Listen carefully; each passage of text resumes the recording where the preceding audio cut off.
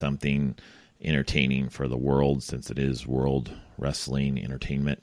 I think that is their opportunity to go over there and do this, and I think that if they choose to do this, that's up to them. But I don't think it's anybody's say. I don't think anybody's going to say they're not American and that they don't feel like they love America because they want to go entertain other people. Because we got to remember that other parts of the world, there are people that don't agree with what's going on. Just like here in America, people don't agree with what's going on, but they still have the rights to be entertained. And I think when people want to spread their wings and entertain the world just because it's something that they feel is American, I don't think wrestling has ever shied away from controversy. And I think wrestling is one of those things where it brings people together no matter what. And it's always brought pride for Americans. And we've always had the good guys be American somehow. And the bad guys are all the other countries that we don't like. So to me, it would be an interesting fit. But I also think it would be something that if a wrestler feels that strongly about it, I don't think they're portraying their country, but if they feel that that's what they're doing, then maybe they shouldn't go. And I think the safety of it is just like anywhere else they would go. I mean, they've appeared overseas before and performed for the troops. So I think it would just be an interesting fit. And again, it's entertainment.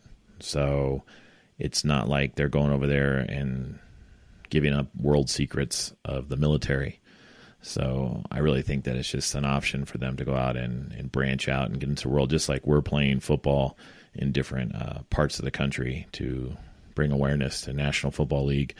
So is wrestling. So that's an excellent point. I think that Vince McMahon probably would share some of their views to what you just said. You know, the hot button topic is, you know, should WWE be on a soil of, you know, after these, you know, and again, we don't know exactly what has gone on and transpired in there. I think the people are mad at where the money's coming from to hold the event, but to turn, you know, on the other side, what you're saying, and, you know, I kind of get what you're kind of saying is, and having witnessed the greatest Royal Rumble event on the WWE network, the fans were, you know, these were fans that didn't get a chance to see this product live, and they were loud, they were engaging, they had generally good time. You by telling the WWE not to go there, you are preventing the people who didn't have anything to do with the journalist's murder or anything, that now you're robbing them of that experience. So I could see that the other side of it too is not holding punishing those fans in Saudi Arabia who didn't have anything to do with that, you know, horrific, you know, tragedy. And now, you know, by them not doing the event, if they were to pull out of that event there for any number of reasons, you know, now those fans basically those fans are the biggest losers because they're not being able to see the show that they were promised. So I agree. I think people missing out on that event. It kind of would be the same if we told people like, hey, you can't film movies in Saudi Arabia, knowing damn well that Hollywood films movies and they go to Saudi Arabia to film them. And it's not like the actors stand back and say, you know what, we're not going to film there because we disagree with what's going on over there. They still do it. And I think that for us to get involved in entertainment and try to cross over and say that it's got something to do with being un-American or you're not supporting the troops, I think is bullshit, because it's not the same thing. It's entertainment versus real life. And why are we stopping them from giving the world knowledge and entertainment through wrestling or movies or whatever by trying to say you're un-American and not supporting the troops? I don't know how you're not supporting the troops if you go wrestle in Saudi Arabia. It'd be like saying some of the states around America don't support what we do as armed forces. Should they stop doing live events there? Yeah, I think it might be less about the troops and just more about not WWE not being in bed with a controversial political figure. I think it's just, and then in general, just not, again, it ties back to just not being, you know, doing the American thing, and whoever's criticizing them for doing this by not going to some place that they don't want them to go. And again, WWE is treated like however somebody wants to treat them. So yeah, if you want to treat WWE as a sport, then you're saying, hey, this wouldn't be any different than holding the Olympics somewhere, that maybe they don't want it to be, and people don't want them to be in a certain country. If you're talking about entertainment, and then it goes back to what you're saying, they're filming a movie in a place, that it's movies. Hey, they're just filming a movie there. So it depends on how you're treating WWE in your eye. And a WWE, a lot of times, people they'll throw out the fake word at them and stuff like that. It's not a real sport. Well, it's entertainment. So, when you're talking about it, when you're holding it to what Vince McMahon says the company is, a sports entertainment, that's what it is. It's just a live form of entertainment, like you would a live play. It's just the stuntmen are the ones acting. And if you want to treat it as they're entertaining the people of Saudi Arabia, if you're treating it that as an entity, then yeah, those fans are the ones who lose by you telling them not to go there if you're an angry American over this.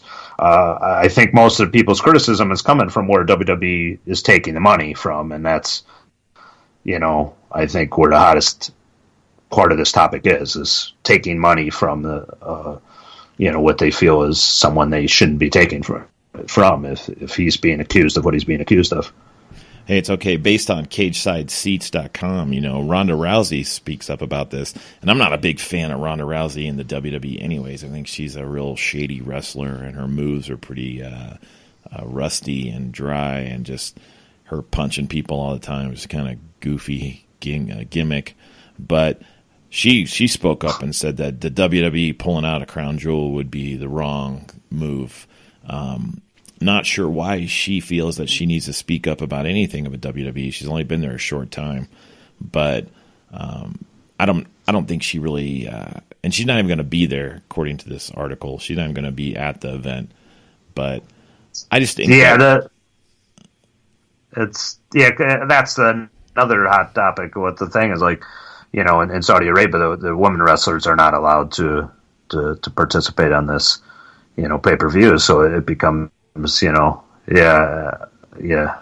I mean, then it becomes of their own personal opinion of whether they agree or not. And I don't know if that's, urged, or they're just coming out on their own and saying that, hoping to support the company's decision no matter what it is. And is the big Ali, whatever that guy's name is he supposed to be there? That big dude. The great Khali? Yeah. I know that he's just an enormous star in that part of the country in the Middle East, the Great Khali. But I think that you might be talking about like the show that would be the show in India. Like if that was the case with like if they were to hold the show in India, and then like the Great Khali would have to be there, I think, just being one of the biggest natural stars in that country of that amount of people there. By proxy, it's like everybody knows who the Great Khali is in India, but I don't think he's not super popular in Saudi Arabia. Well, I don't think he's scheduled to be a part of the Crown Jewel event. I believe he was an entrant in the Greatest Royal Rumble, but he's not scheduled to be a part of it, I think, this event. I'm not sure what his thoughts. I haven't heard his thoughts on it, and I think a lot of this stuff is, you're hearing some of the wrestlers' opinions kind of coming up, but I think a lot of this is WWE probably hopes that a lot of this dies down so they can just run the event and probably be done with it, given the poor timing of this tragedy and everything. But this stuff's going to come out because I'm sure if the rumors are true, if you got some certain big stars that don't feel like they want to be a part of this, it affects the card in general. I mean, you got a big match between AJ Styles and Daniel Bryan that if Daniel Bryan, for say, doesn't want to go to this event, now one of your major matches is in jeopardy. Same thing with John Cena. I believe he's part of the 8-man tournament to crown the greatest, best in the world, I mean, in the tournament that they're having there with some of the eight of the greatest WWE superstars of all time. So just those two who have enough clout to not go if they don't want to, that'll throw a huge wrench in the pay-per-views card right there in itself. So, and they're not denying that this is that these superstars have said this. They're just trying, I think, to play PR patchwork at this point by saying we'll have those discussions, I believe was the WWE's PR remarks from it. Because people want to know what's going on here. What are you guys going to do? And I think it's just very low key. But the fact of the matter is, this event is the next WWE pay per view after this Evolution pay per view with the all women pay per view. This coming up, as we record this. So this is going to be a major deal for WWE to decide what are they going to do here. So this show, the Jewels, it looks like it's scheduled to be on November 2nd, which is next Friday, I believe. I think that's what it said. As of our report time, 2nd. Yeah. So we're running out of time. The one you're talking about is the coming up one is this Sunday. It'd be October 28th. Yeah, so I don't when this is going to air. It may have already happened, depending on how we release our shows. But yeah, the Evolution may have already happened by the time we release this podcast. But yeah, the Crown Jewel will either be coming up or happening as we release this show, possibly. So you think it's a big event for girls? That girls coming in and wrestling, having their own actual show on Sunday. This Evolution. This is a big move for WWE. This is a groundbreaking move for women in sports entertainment, and I think it is in some ways in response to the shows like they've had, and for example, in a Saudi Arabia show where they don't have the women allowed to wrestle because of the what's the rules are in the country. This is kind of coinciding. This is kind of like an answer to it. Plus, it's like a women's girl power type of feel good moment for women's wrestling to have an all WWE sponsor. It's not the first all women's wrestling pay per view, so definitely need to make sure that's that has been done before.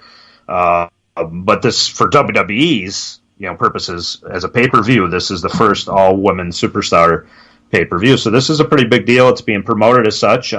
Some good classic encounters going on at the show, as well as some returning legends like Trish Stratus, Lita, WWE Hall of Famers, Alundra Blaze, / Medusa. She's in the Battle Royal that they're doing, having. So they're bringing back some WWE legends and Hall of Famers to be on this, and it's going to be a pretty big deal. Yeah, it's being talked about on CBS.com's website, talking about all the matches that are coming up and the predictions. What is one of the matches that you're excited about seeing for this all women's wrestling and pay-per-view?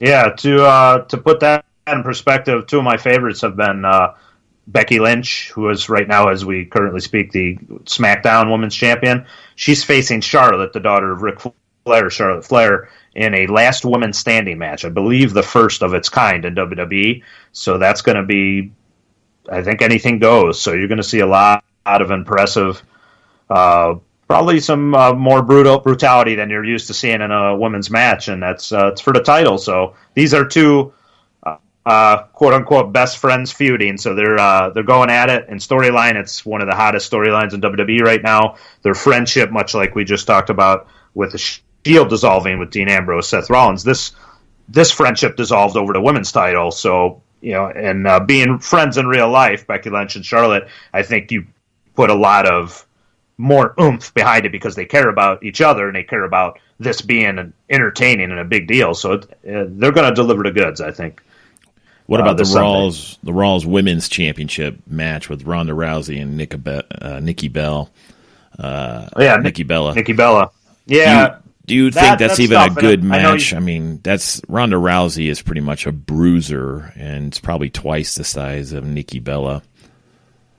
I think this would be a better match if it was promoted as a handicap match. I know they want, and Nikki Bella, longest reigning Divas champion, her style is different. I mean, I've seen so much criticism of the Bellas, but for me, when I'm being honest, I'll tell you the Bellas have improved from day one to now. The Bellas are different wrestlers than they were when they started.